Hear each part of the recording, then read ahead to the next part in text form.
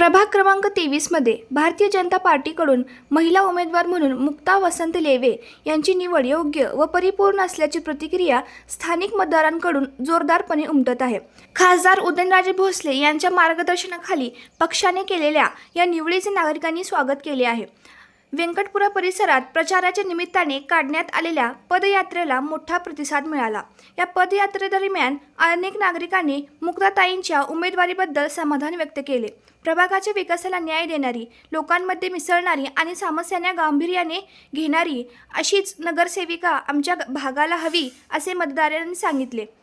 स्थानिक महिलांनीही मुक्ताताईंच्या उमेदवारीचे विशेष कौतुक केले। महिला सबलीकरण, मूलभूत सुविधा, स्वच्छता आणि पाणी पुरवठा यासारख्या प्रश्नांवर त्या प्रभावीपणे काम करतील असा विश्वास त्यांनी व्यक्त केला।